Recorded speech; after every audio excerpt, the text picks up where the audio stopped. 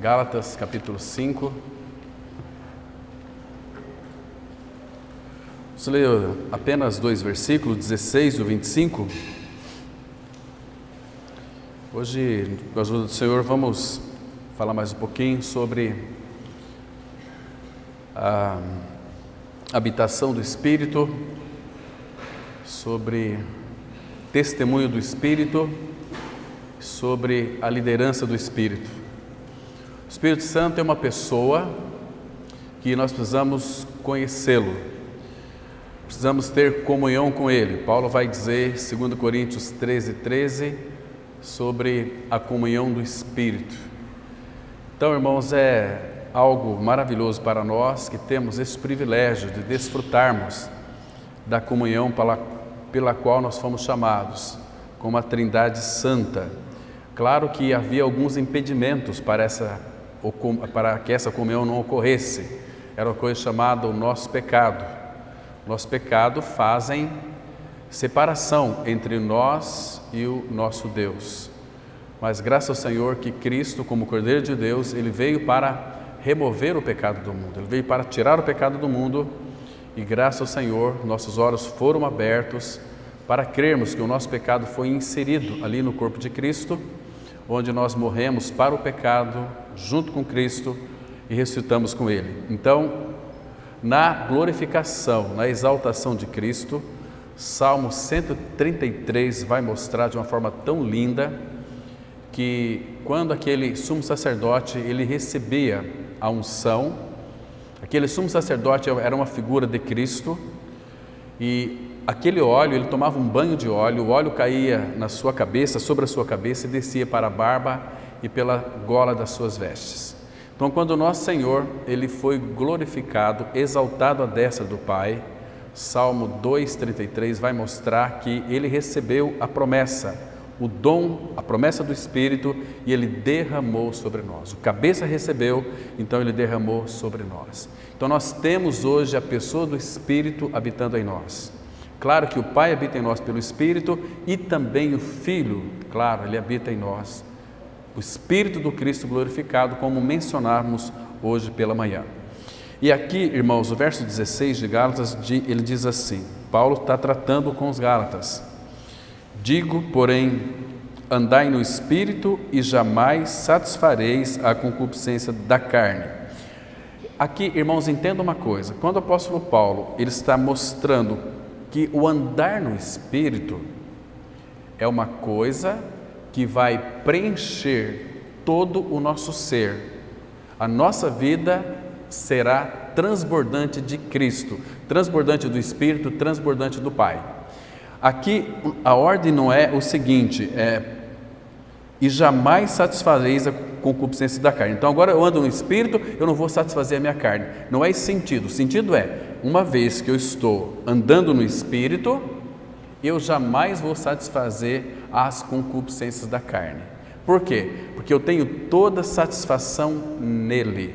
Eu me deleito nele. Deleita-te também no Senhor e Ele satisfará os desejos do teu coração. Isso é maravilhoso. Agora aqui, irmãos, no versículo 25 diz assim, se vivemos no Espírito, andemos também no Espírito.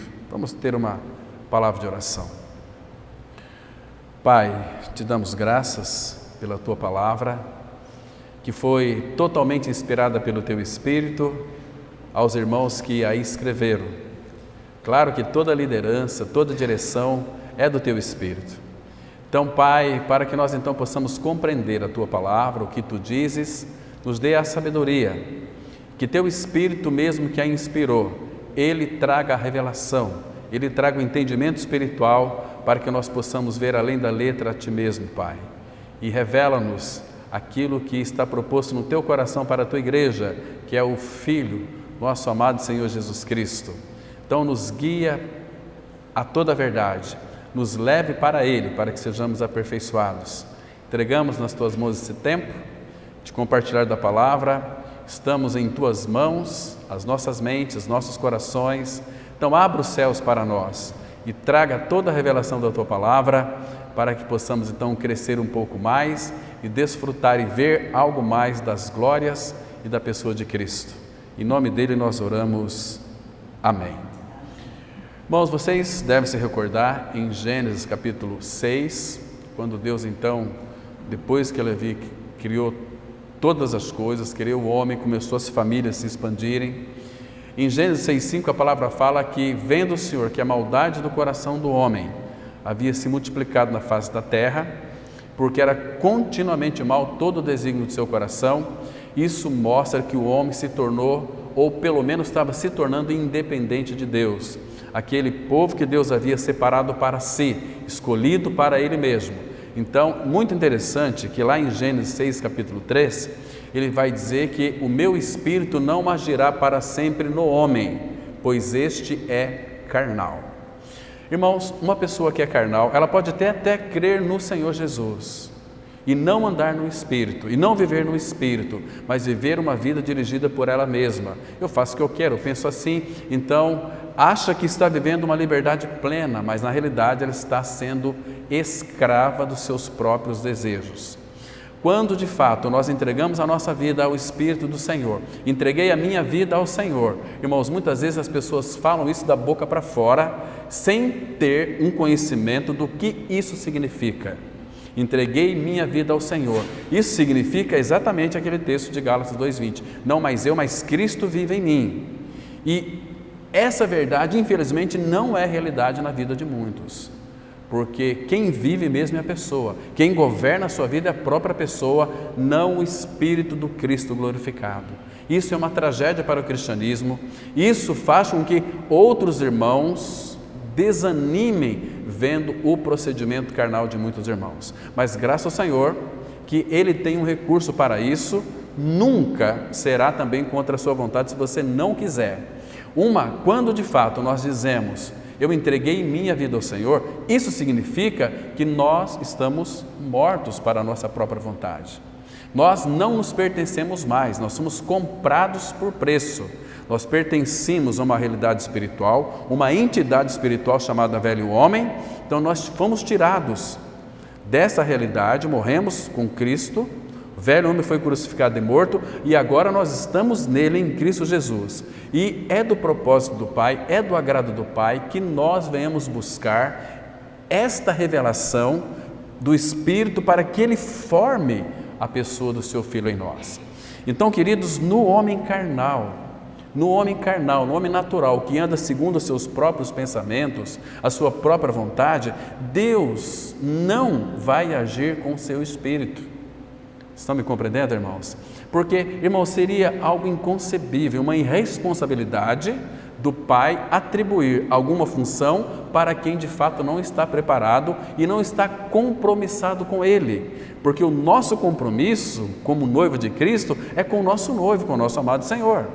Quando nós de fato encontramos muitos rivais, e uma das coisas que Cristo tem sofrido muitas vezes conosco, é que o nosso coração tem muitos rivais, os rivais de Cristo, que estão usufruindo da sua noiva. Ele não deseja isso, irmãos. Todas as vezes que um rival do Senhor, ele ocupa de alguma maneira algum milímetro em nosso coração, isso entristece o Espírito, porque Tiago vai dizer o seguinte, é com ciúmes que anseia por nós o Espírito Santo.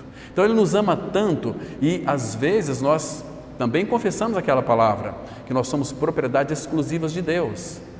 Então, às vezes nós não somos propriedade exclusiva de Deus, somos filhos de Deus porque já cremos em Cristo.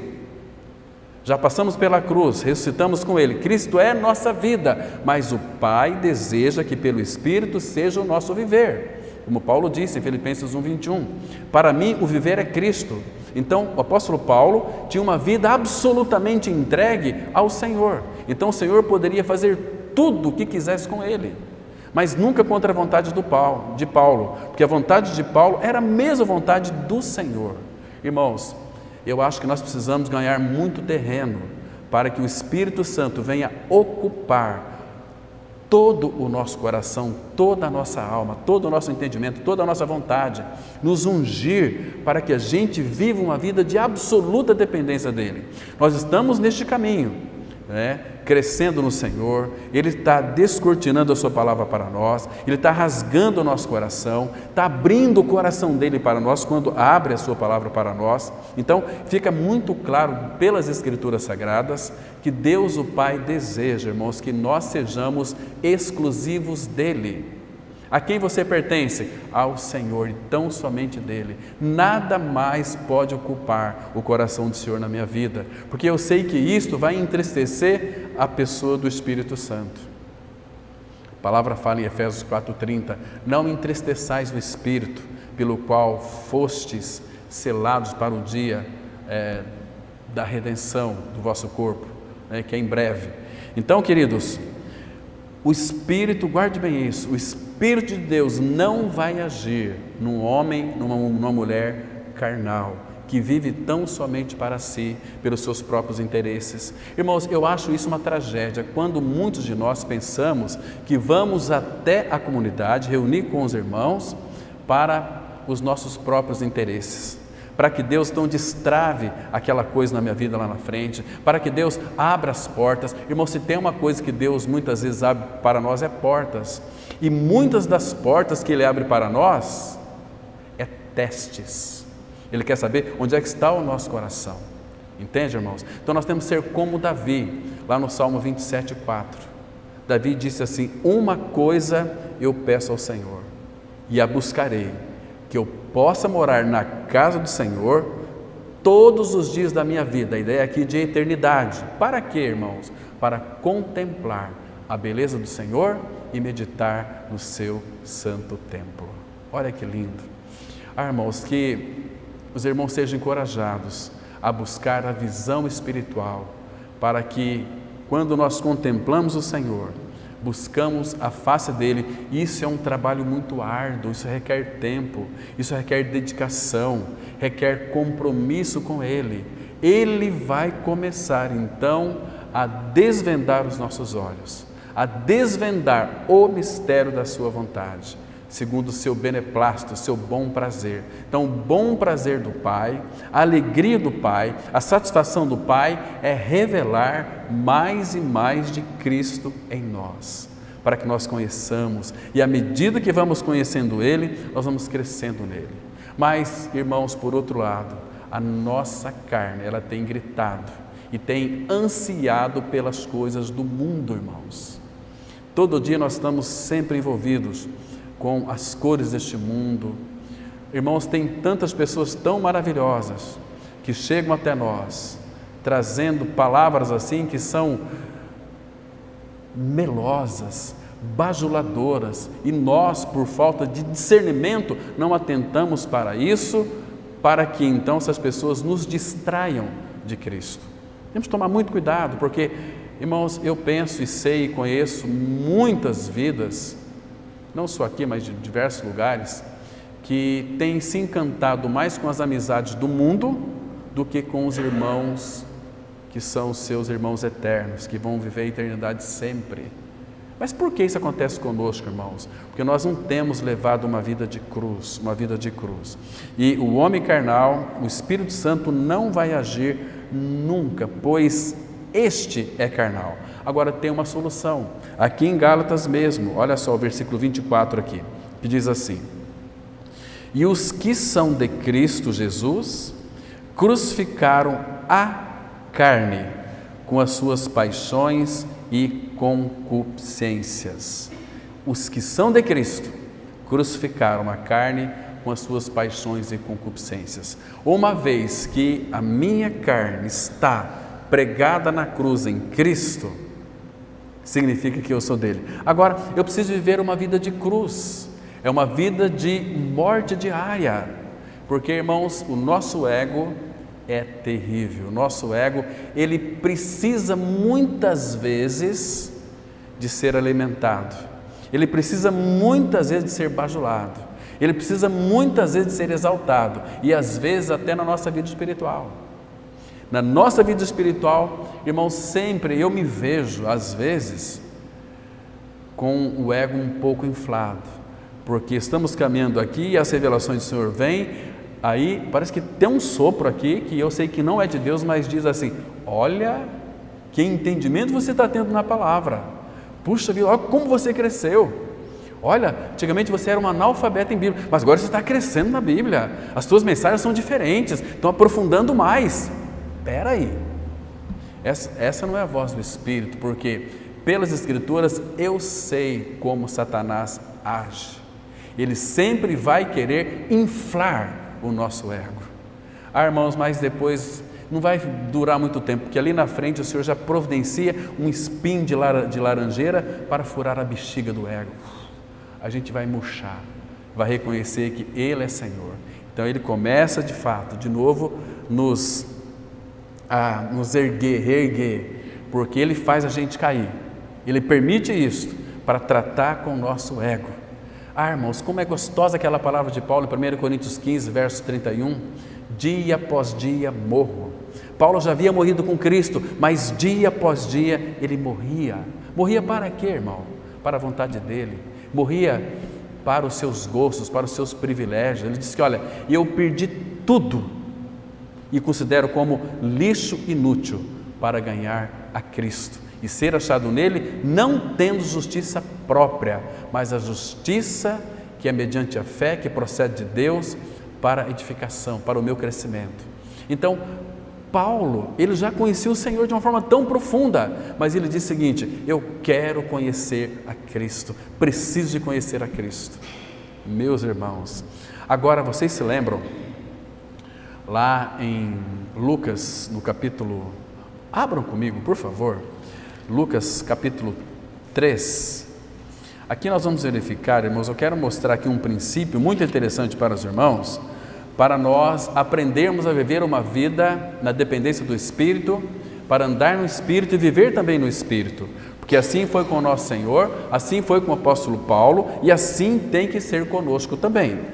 Então aqui em Lucas capítulo 3, versículo 21 e 22, quando então o Espírito Santo desceu sobre ele, quando ele foi batizado por João, então aqui começou o seu ministério. E o versículo 21 e 22 diz assim, Lucas 3, 21 e 22. E aconteceu que, ao ser todo o povo batizado, também o foi Jesus. Estando ele a orar, o céu se abriu. Então, a primeira vez que nós vemos os céus abertos aqui na vida de Jesus é quando ele desceu as águas do batismo, o céu se abriu. A segunda vez que o céu se abriu para o Senhor foi lá no Monte da Transfiguração. Vocês se recordam? Quando estava Pedro, João, Tiago, Moisés e Elias, de repente veio aquela Shekinah de glória e envolveu a todos. Então ouviu-se uma voz, o céu se rasgou novamente e o Pai diz: este é o meu Filho amado em quem eu me comprazo. E a terceira vez foi quando nós cantamos aqui: levantai, ó portas, ó portais eternos, para que entre o Rei da Glória. Então o céu se abriu para receber o Senhor Jesus Cristo, onde ele foi glorificado, foi exaltado à destra do Pai. Ele, como vencedor, recebeu a promessa do Espírito e derramou sobre nós, como o Espírito veio sobre ele aqui. Versículo 22. E o Espírito Santo desceu sobre ele em forma corpórea, como pomba. Agora, olha que lindo, irmãos. E ouviu-se uma voz do céu: tu és o meu Filho amado, em ti me comprazo. Agora, irmãos, preste atenção num detalhe muito importante que você deve saber, que isso também ocorre comigo e com você. A partir do momento que nós nascemos de novo, a partir do momento que nós fomos glorificados com o Senhor pela fé, porque Paulo vai dizer isso lá em Romanos capítulo 8, aquele que chamou também o glorificou, mas literalmente nós não fomos glorificados ainda, mas nós já fomos glorificados pela fé, e a nossa fé um dia vai se concretizar. Nós seremos glorificados quando adentraremos os portais eternos, ou quando o Senhor vier para buscar a sua igreja. A palavra fala em 1 Coríntios 15, que nós seremos transformados num abrir e fechar de olhos, com um corpo totalmente glorificado. Isso é maravilhoso. Então, a partir do Espírito Santo que veio sobre o nosso amado Senhor, Jesus, olha como é que começa o capítulo 4, versículo 1. Isso aqui, irmãos, é uma vida de unção. Isso aqui é uma vida de dependência do Espírito. O que é uma vida, uma pessoa ungida pelo Senhor? É uma pessoa, claro que a unção envolve uma função fomos ungidos para determinada coisa. Já nós vamos ver o texto aqui. Mas então, quando o Senhor Jesus Cristo foi ungido pelo Espírito, Ele, a partir daí, começou a viver uma vida na absoluta dependência do Espírito. Lucas 4:1, ele diz assim: Jesus, olha que interessante, Jesus, cheio do Espírito Santo, voltou do Jordão e foi guiado pelo mesmo Espírito no deserto, durante 40 dias sendo tentado pelo diabo. Nada comeu naqueles dias, a fim dos quais teve fome. Irmãos, presta atenção, que coisa interessante aqui. Jesus, e também nós, que fomos cheios do Espírito, e nós temos que buscar o enchimento do Espírito, diário isso, buscar também renovação da mente, porque senão, irmãos, nós não teremos discernimento em muitas coisas. Sem ter uma mente renovada, muitas vezes nós vamos comer gato por lebre, muitas vezes vamos viver um sincretismo religioso, onde o nosso coração vai começar a aceitar doutrinas varas e estranhas, que em Hebreus 13 vai mostrar, para a gente não aceitar, não receber doutrinas varas e estranhas, porque se nós não tivermos uma mente renovada, nós não vamos amadurecer e crescer. E o que vai acontecer? Paulo vai dizer lá em Efésios capítulo 4, nós seremos levados ao redor por todo o vento de doutrina, pela astúcia dos homens que induzem ao erro. Nós não vamos poder dizer não. Uma pessoa cheia do Espírito Santo, ela vai dizer não para aquilo que não está de acordo ou em conformidade com a palavra de Deus. Então nós temos que ser homens, irmãos, cheios da palavra. Então observe aqui que coisa interessante. Jesus, ele foi a partir ali quando o Espírito veio sobre ele, ele sempre viveu uma vida na dependência do Espírito Santo de Deus. Agora observe aqui, nesse mesmo capítulo, vocês vão dizer que ele vai mostrar que no versículo 14, então Jesus, no poder do Espírito, regressou para a Galiléia e a sua fama correu por toda a circunvizinhança. Vocês observam aqui que era o Espírito quem o conduzia sempre. Vocês entendem o que é uma vida vivida no Espírito do Senhor? Uma vida de absoluta dependência dEle? É exatamente isso, irmãos. Então, um detalhe importante aqui.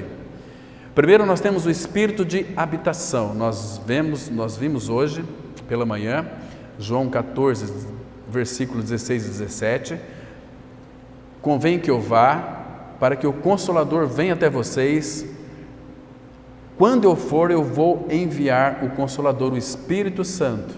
Ele vai permanecer para sempre convosco. Então, nós temos o espírito de habitação.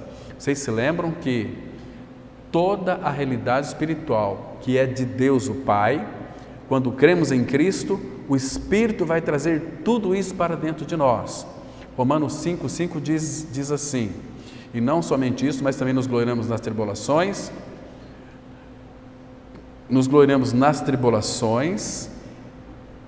para que a tribulação ela vai produzir uma coisa chamada experiência, caráter provado, e a experiência é a esperança, porquanto, versículo 5, o amor de Deus é derramado em vossos corações pelo Espírito Santo que vos foi outorgado.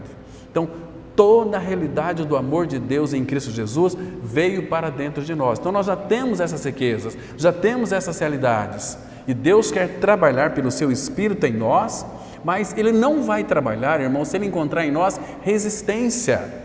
Ele precisa nos levar a uma vida em profundidade que Ele quer. Irmãos, mas o problema é que nós invertemos tudo isso, irmãos.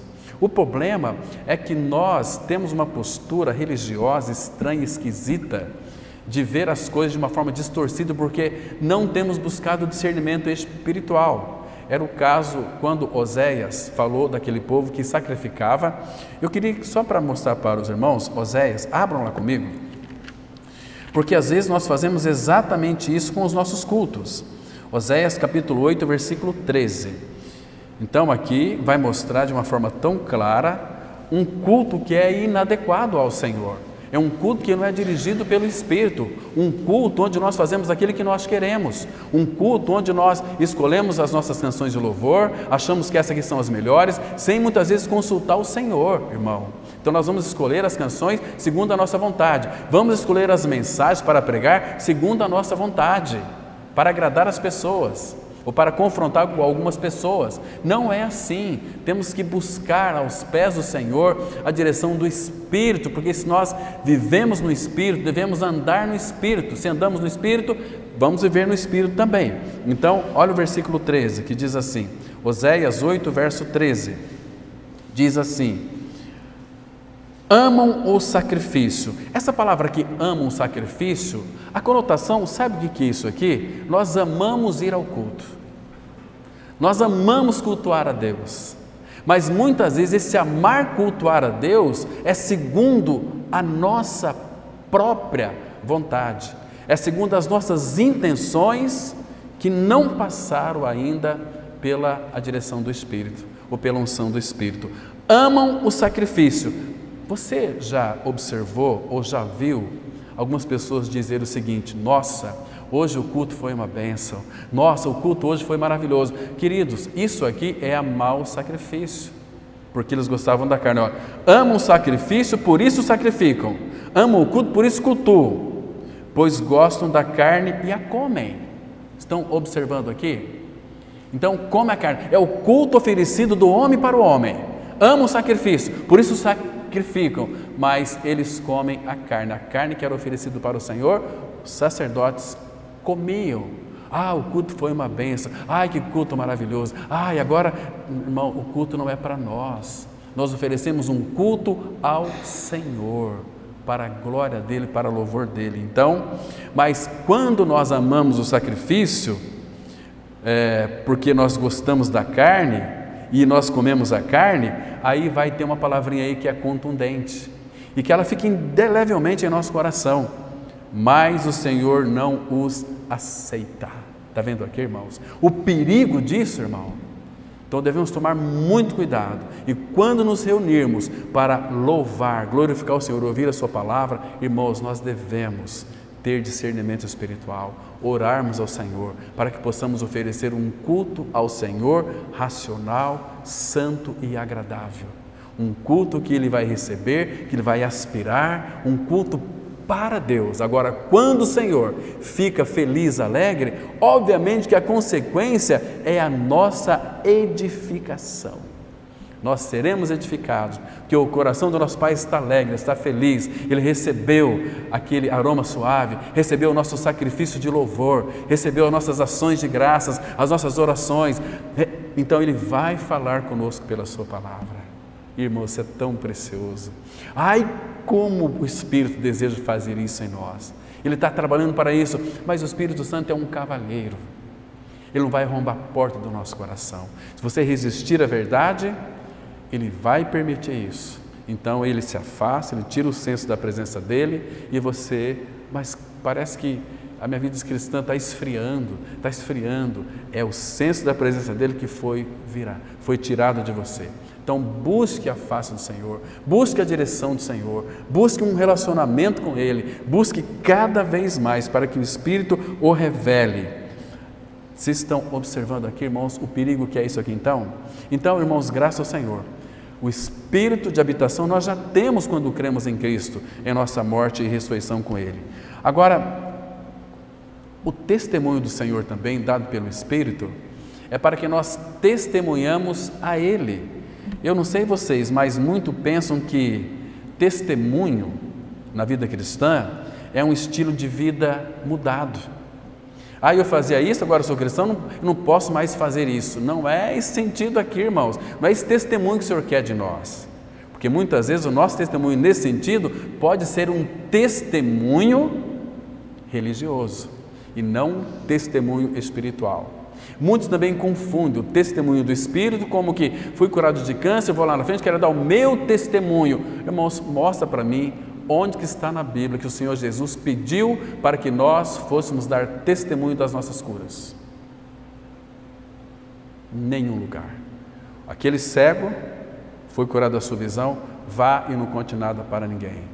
vai e não conte nada. Ele nunca pediu para dar testemunho de si mesmo, mas o testemunho dele, do Espírito. E o testemunho do Espírito é para nós falarmos dele, da pessoa e a obra de Cristo. Estão me compreendendo, irmãos? Então, queridos, embora isso também faça parte, quando a igreja, tão somente a igreja, estiver reunida, não tiver nenhum visitante, aí é muito agradável chamar aqui, por exemplo, o nosso irmão Léo foi curado de câncer. Ele vai falar: irmãos, eu quero agradecer os irmãos pela oração. Os irmãos oraram e Deus me curou. O Senhor Jesus Cristo é maravilhoso. Mas o que acontece nos testemunhos, a gente fala de nós mesmos: eu fui no médico, eu fui aquela coisa. Tudo perda de tempo, irmãos. Aqui nesse púlpito não é para falar disso, daquilo outro, é para falar de Cristo. Testemunho do Espírito é Cristo. Aí depois fica meia hora falando: eu fui lá, os irmãos orou, eu achei que ia dar. Aí depois Jesus me curou. Lá, fala de Jesus lá na frente, mas falou dela mesmo durante muito e muito tempo. Esse não é um testemunho eficiente, eficaz, dado pelo Espírito a nós.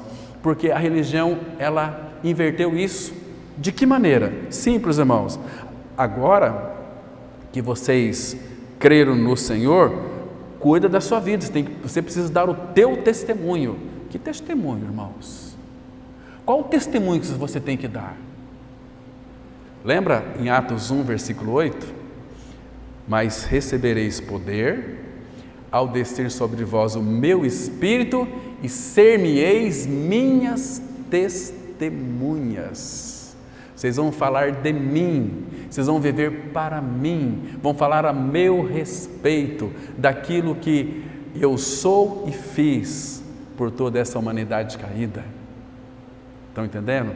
Não é para nós falarmos de nós mesmos. Estão me compreendendo, irmãos? Então, testemunho.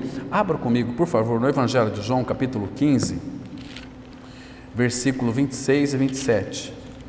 João 15, verso 26 e 27. Se nós, irmãos, não tivermos isso em mente, nós vamos ter uma vida totalmente inadequada. Nosso cristianismo não vai expressar aquilo que Cristo é e aquilo que Cristo fez. Então aqui vai falar do testemunho, versículo 26 e 27. Presta atenção aqui. Nós vimos, versículo 14, os versículos 16 e 17, que o Consolador estaria conosco para sempre, espírito de habitação. Agora aqui, irmãos, o espírito de testemunho. João 15, 26 e 27. Jesus está dizendo: quando, porém, vier o Consolador, que eu vos enviarei da parte do Pai, o Espírito da verdade, que dele procede, esse Espírito dará testemunho de mim. Agora, olha o 27, a responsabilidade, ou vamos dizer assim, o legado que ele deixou para a igreja, vindo morar dentro de nós. E vós também testemunhareis, porque estáis comigo desde o princípio. Ele dará testemunho de mim, e nós também vamos dar testemunho dele. Então, o Espírito nos foi dado para falar de Cristo para nós. Vocês se lembram que Jesus disse assim: Ele vai ouvir tudo de mim, de meu Pai, e vos há de anunciar. Então o Espírito Santo, ele vem para dentro de nós quando lemos a palavra, então ele vai revelar para nós as Escrituras Sagradas. Tudo aquilo que o Pai disse e o Filho disse, e vai nos anunciar. E ele também vai anunciar as coisas que hão de vir. Hão de vir, entenda uma coisa, que não dá espaço para os profetas das revelações, não.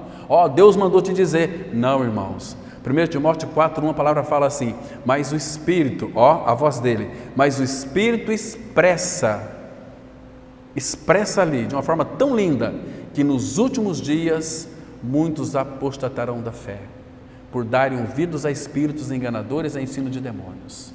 Então o Espírito expressamente nos diz para nós. Então eu não preciso de uma visão extra-bíblica para ter um entendimento daquilo que ele já revelou para nós, das coisas que em breve vão acontecer. Últimos dias. Então, irmãos, precisamos de buscar um discernimento da parte do Senhor.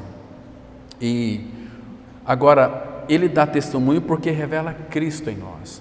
E agora no versículo 16, fala sobre a liderança do Espírito. Olha só, capítulo 16 de João, que ordem linda aqui, irmãos. Versículo 13 e 14. 13. Olha, essa ordem lá em João, capítulo 14, 16 e 17, fala do Espírito de habitação.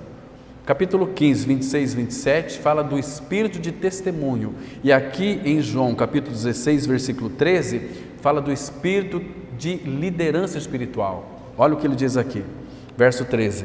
Quando vier, porém, o Espírito da verdade, ele vos guiará a toda a verdade, porque não falará por si mesmo, mas dirá tudo o que tiver ouvido e vos anunciará as coisas que hão de vir. Então, irmãos, nós somos habitados pelo Espírito. Nós temos o Espírito que vai nos habilitar e capacitar a dar testemunho de Cristo, o Espírito de testemunho e o Espírito de liderança espiritual.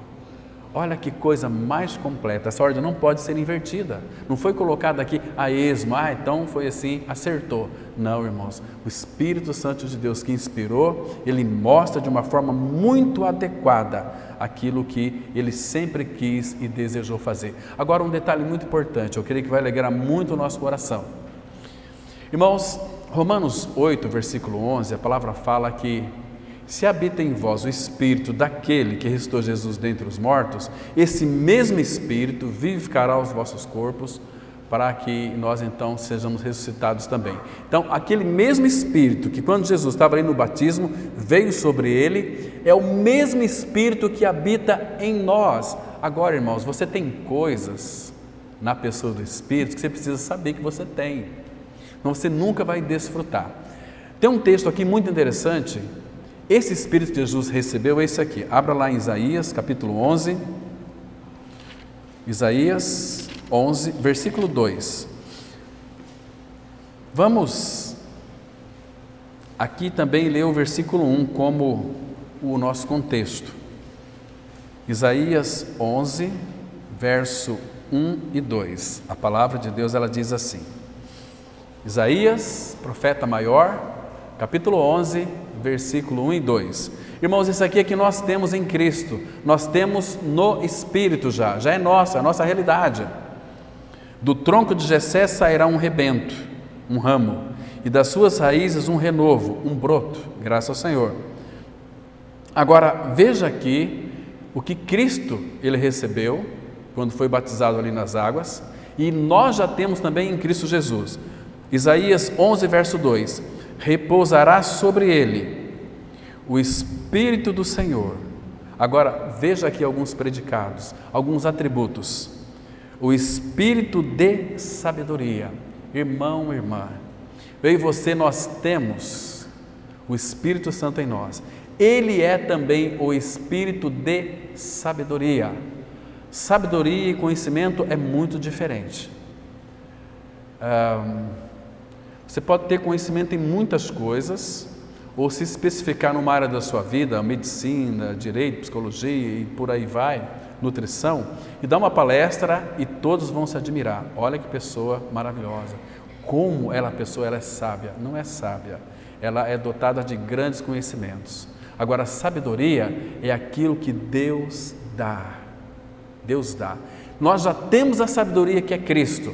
1 Coríntios 1, versículo 30, vocês se recordam? Mas vós sois dele em Cristo Jesus. Nós somos do Pai em Cristo, o qual se nos tornou, da parte de Deus, sabedoria. Sabedoria é algo irresistível.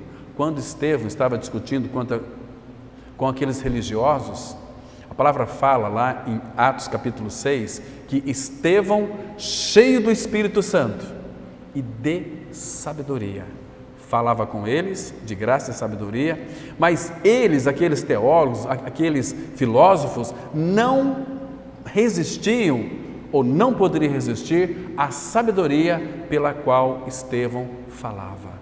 Era uma sabedoria de Deus nele. Não era Estevão quem falava, mas o Espírito falava através de Estevão. A sabedoria sendo expressa, sendo manifesta. Então, o que nós recebemos, irmãos, é o espírito de sabedoria. E Paulo diz para nós em Efésios 1:17, para que o Deus nosso Senhor Jesus Cristo, Pai da glória, vos conceda espírito de sabedoria e de revelação. Mas nós já temos em nós. Mas muitas vezes, se nós não buscarmos isso diante do Senhor, nós vamos ser sempre homens e mulheres tolos, tolinhos da Silva, que depende de revelação de outros irmãos. Não vamos buscar na fonte. Não é assim, irmãos? Tiago diz assim, 1,5: se algum de vós necessita de sabedoria, você já tem. Peça a Deus, que a todos dá liberalmente. Mas nós já temos a sabedoria, mas essa sabedoria não é exercitada em nós. Precisamos de exercitá-la, para que ela então venha crescer de uma forma maravilhosa. Então, irmãos, espírito de sabedoria, outra palavra aqui, e de entendimento, o espírito de conselho e de fortaleza, o espírito de conhecimento e de temor do Senhor. Tudo isso nós já temos, irmãos. Será que essas verdades reveladas aqui são realidades em nossas vidas? Qual que é a consequência disso? Quando nós temos o exercício de tudo isso. Versículo 3: deleitar-se-á no temor do Senhor. Não julgará segundo a vista dos seus olhos, nem repreenderá segundo o ouvir dos seus ouvidos. Percebe aqui o discernimento espiritual? O Senhor Jesus, Ele nunca teve um julgamento próprio, mas Ele julgava segundo a sabedoria do Espírito. Jesus falava segundo o Pai prescrevia que Ele falasse. As obras que Jesus fazia, era o Espírito Santo quem fazia através dele. Irmãos, isso não está distante de cada um de nós, é algo alcançável. Irmãos, nós não podemos fazer aquilo que nós queremos e desejamos. Entrega teu caminho ao Senhor, confia nele, Ele tudo fará. Nós temos que depositar a nossa confiança nele, para que Ele então venha operar em nós essa vida de unção, de dependência dele. Senão, irmãos, nós vamos estar retrocedendo na vida cristã. Esse não é o propósito do Pai. Ele quer que nós venhamos a avançar, crescer no Senhor. Lembra do apóstolo Paulo? O apóstolo Paulo, ele foi instruído aos pés de Gamaliel. Gamaliel significa formosura da lei. E Gamaliel, irmãos, presta atenção, Paulo, mais ou menos segundo alguns eruditos, fala que Saulo foi colocado 12 anos de idade aos pés de Gamaliel. Queridos, e o judeu tem uma disciplina tremenda, a ponto de chegar aos 14 anos, eles têm que saber a maioria dos mandamentos, todos eles, os 10 mandamentos. Se eu chamar aqui a Maria Luísa, a Ana Lara e a Carol, elas vão saber citar os 10 mandamentos. Se eu pedir para alguém de vocês citar aqui, eu creio que ninguém vai citar os 10 mandamentos. E as nossas cordeirinhas de 9 a 10 anos sabem de cor. Agora o propósito é nós decorarmos o Sermão do Monte, capítulo 5, 6 e 7. É possível? Claro que é possível. O Espírito nos ensina todas as coisas e nos faz lembrar de tudo que Ele já nos disse. Então leia as Escrituras Sagradas, que você nunca vai ser decepcionado, você nunca vai ser iludido e enganado por ninguém, não para saber mais do que os outros, né? Jamais, isso está muito distante. Mas, então o apóstolo Paulo cresceu aos pés de Gamaliel, ele se tornou um filósofo. Paulo falava 4 línguas, irmãos, imagina só, que homem inteligente era aquele homem lá.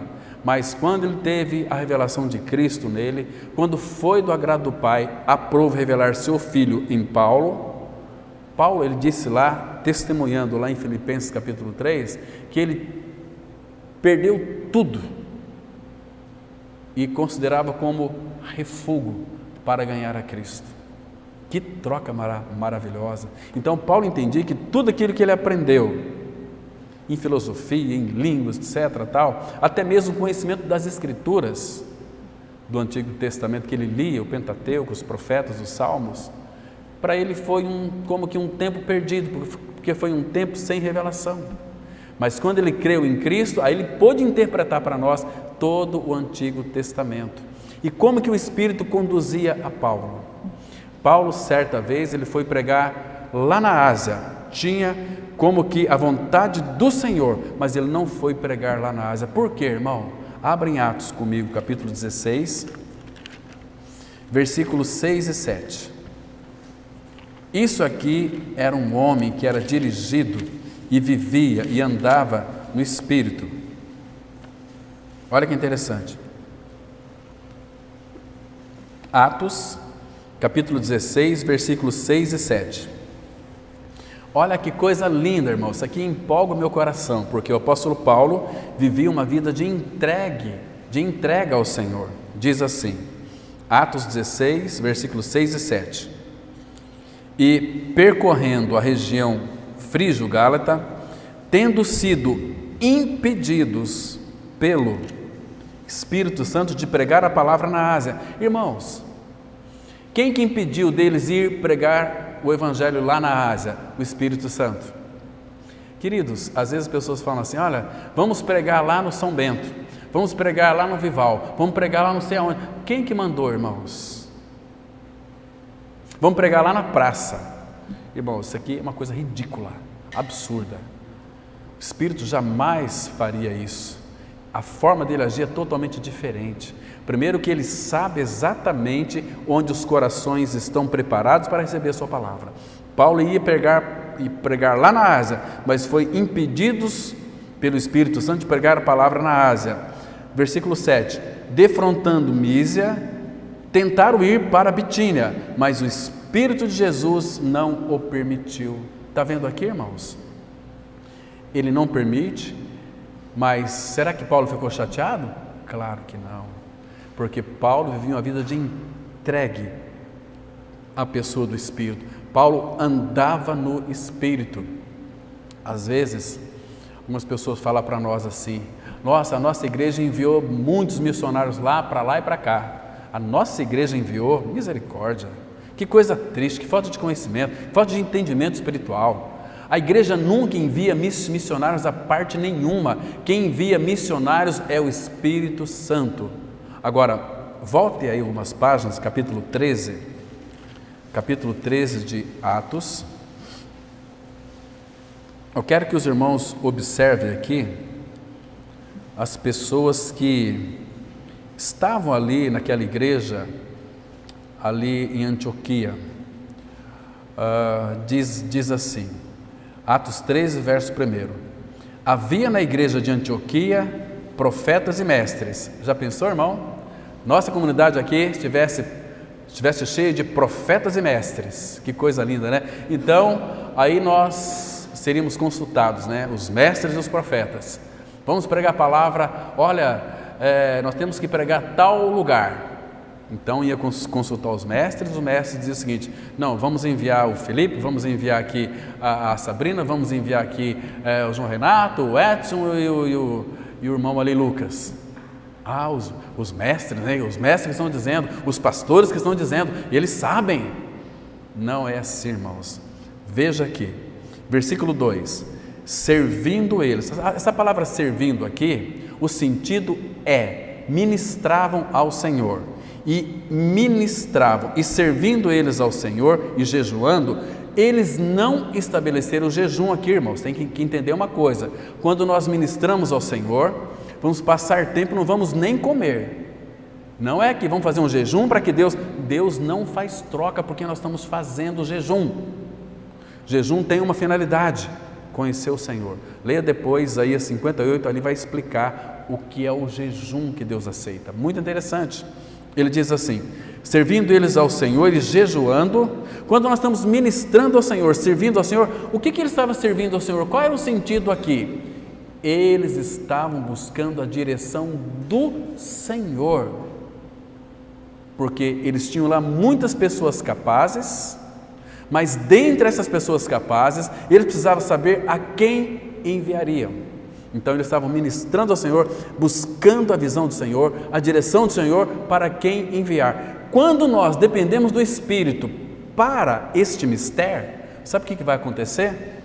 Veja a voz do Espírito aqui. Servindo eles ao Senhor e jejuando, disse o Espírito Santo. Aí sim, separai-me agora, Barnabé e Saulo, para a obra a que os tenho chamado. Agora veja aqui quem que enviou eles. Olha o versículo 3 e 4. Então, jejuando e orando, e impondo sobre eles as mãos, os despediram. Qual que é a função da igreja? Despedir os missionários. Agora, olha o versículo 4. Enviados, pois, pelo Espírito Santo, desceram a Seleucia e dali navegaram para Chipre. É o Espírito Santo quem envia, a igreja só despede. A igreja vai buscar a direção do Senhor, vai jejuar, vai orar. E no período que passa ali orando, ela está jejuando também. Então nós vamos ter a voz do Espírito. Será que era para atender as nossas necessidades? Não, eram necessidades do Senhor. O Senhor tem necessidades, irmãos. Nós que não atentamos para isso. Mas nós achamos que as nossas necessidades estão acima das necessidades do Senhor. A nossa necessidade foi suprida e muito bem suprida. Todos pecaram e carecem da glória de Deus. Então, graças ao Senhor, que essa grande necessidade foi suprida a nós. Porque, sabe como é que Paulo vai dizer isso para nós? Lá em Romanos 8,32. Aquele que não poupou seu próprio Filho, antes por todos nós o entregou, porventura não nos dará graciosamente com Ele todas as coisas? Todas as coisas. Então nós temos em Cristo todas as coisas. Irmãos, nada falta para nós, porque Ele é o nosso pastor. Nada nos faltará. Não é maravilhoso isso, irmãos? Então, uma vida de dependência do Espírito é uma vida totalmente entregue e dizer para Ele: Senhor, eu tenho vontade de pregar em determinado lugar, eu tenho vontade de ir para cá, Senhor, mas eu quero saber a Tua vontade. E não vai cair no colo, você vai ter que passar tempo orando e jejuando. Não um jejum programado para buscar a direção do Senhor. Você não vai comer, você não vai se alimentar. Leia aquele livro Heróis da Fé, de Orlando Boyer, que fala ali sobre 20 homens de Deus. Eles passavam 4 horas em oração, buscando a direção do Senhor. O Senhor Jesus, para escolher os 12 apóstolos, passou a noite inteira orando. Então, ao amanhecer, ele já tinha a direção do Espírito para escolher aqueles que Deus havia designado. Mas não ele, mas o Pai. Irmãos, por que nós temos tanta dificuldade em depender do Espírito? Irmãos, nós não somos cristãos, nós não já morremos com Cristo, ressuscitamos com Cristo, Cristo é a nossa vida. Busque uma vida cheia do Espírito, busque a direção do Espírito para a tua vida em todas as circunstâncias, irmãos. Ele nunca vai lhe decepcionar. Se decepcionar, vai ser a primeira vez. Ele nunca, mas absolutamente, vai nos decepcionar, de forma alguma, porque Ele é Deus de Deus. E que o Espírito do Senhor, irmãos, continue nos enchendo, que nós tenhamos essa disposição para buscar aos pés do Senhor o enchimento do Espírito. Enchei-vos do Espírito, não vos embriagueis com vinho. Uma vida cheia do Espírito é uma vida totalmente tomada pela pessoa e pela obra de Cristo, porque senão sabe o que vai acontecer? Nós vamos, abram comigo em Mateus capítulo 15, versículo 8. Mateus 15, verso 8. 8 e 9. Aqui, felizmente, essa é a realidade de muitas pessoas. Jesus aqui, ele vai confrontar as pessoas e ele diz o seguinte, olha que interessante, versículo 8. Este povo, isso aqui é um eco lá de Isaías. Este povo honra-me com os lábios. Puxa vida, a gente vê tantas pessoas confessando o Senhor, confessando o Evangelho, confessando a sua morte e ressurreição com Cristo, mas muitas vezes é só da boca para fora. Este povo honra-me com os lábios. O que nos entristece é que não é apenas algumas pessoas, este povo, um povo todo que honra o Senhor com os lábios, mas o seu coração está longe de mim, e em vão me adoram, ensinando doutrinas que são preceitos de homens. Que tristeza isso, irmãos. Vive pela cabeça de homens, E hoje em dia, irmãos, se nós não tivermos discernimento espiritual, há uma grande picaretagem no meio evangélico terrível. Terrível. A gente vê pessoas, já estou ficando já com as costas já cauterizadas, a mente também, porque conversado com pessoas de recentemente 20 anos evangélico, exerce uma função na sua comunidade, um cargo muito elevado, mas vamos tratar das doutrinas elementares de Cristo, o princípio da vida cristã, não tem certeza da salvação e se sente muito bem nos cultos, ama o culto, por isso eles cultuam, mas irmãos, coração está longe de Deus, professam: este povo honra-me com os lábios, mas o seu coração está longe de mim. Agora uma receita aqui, irmãos, último texto para nós encerrarmos. 2 Timóteo 1, versículos 6 e 7. 2 Timóteo 1, versículos 6 e 7. Nós vamos encerrar. Ele diz assim, vamos ler com bastante atenção esse versículo, esses dois versículos. 2 Timóteo 1, versos 6 e 7. Então diz assim no verso 6: por essa razão, pois, te admoesto que reavives o dom de Deus que há em ti. Às vezes, sabe o que acontece? O dom de Deus, claro que é o Espírito Santo. Reavives o dom de Deus. O que é reavivar? Não é vivificar, não. Vivificar aquilo que está morto, torna vida. Nós já fomos vivificados pelo Espírito. Reavives, ou seja, parece que a chama do Espírito está apagada em nós. Então, reavives o dom de Deus que há em ti, pela imposição de minhas mãos. Olha o versículo 7.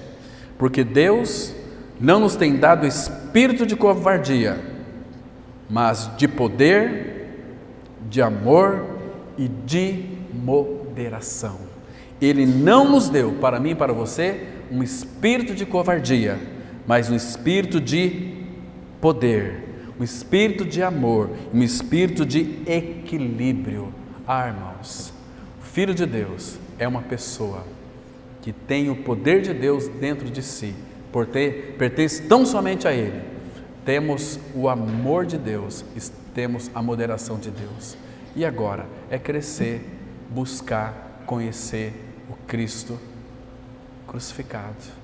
Não há outro caminho, não há outra mensagem para nós trilharmos. E que Ele continue nos abençoando com a sua palavra, com a sua pessoa, com as suas glórias, e que essa palavra venha frutificar em nossos corações. Amém. Pai, nossa alegria, Pai, ela é transbordante quando somos tocados pela Tua palavra. Obrigado pelo Teu maravilhoso Espírito que tem feito a Sua obra em nós. O Senhor é fiel para completar aquilo que Tu começaste. Então, Pai, nos ajuda a viver uma vida de entrega ao Senhor, para que o Senhor encontre em nós resposta, para que possamos então, Pai, caminhar, andar e viver no Espírito, na absoluta dependência do Senhor, para que o Senhor nos leve para onde Tu quiseres e que nós sejamos seguidores do Cordeiro para onde quer que Ele vá. Continue, Pai, nos ajudando, continue se revelando a nós, falando aos nossos corações. Em Cristo Jesus nós oramos. Amém.